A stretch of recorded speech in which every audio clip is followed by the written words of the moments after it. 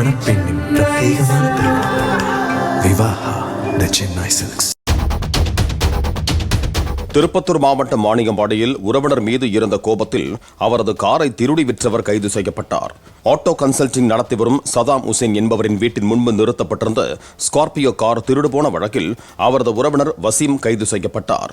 விசாரணையில் முன்விரோதம் காரணமாக சதாம் உசேனின் காரை வசீம் திருடி நண்பர் மூலமாக சென்னையில் 50,000 ரூபாய்க்கு விற்றது தெரியவந்ததால் அவரது நண்பரும் கைது செய்யப்பட்டார்.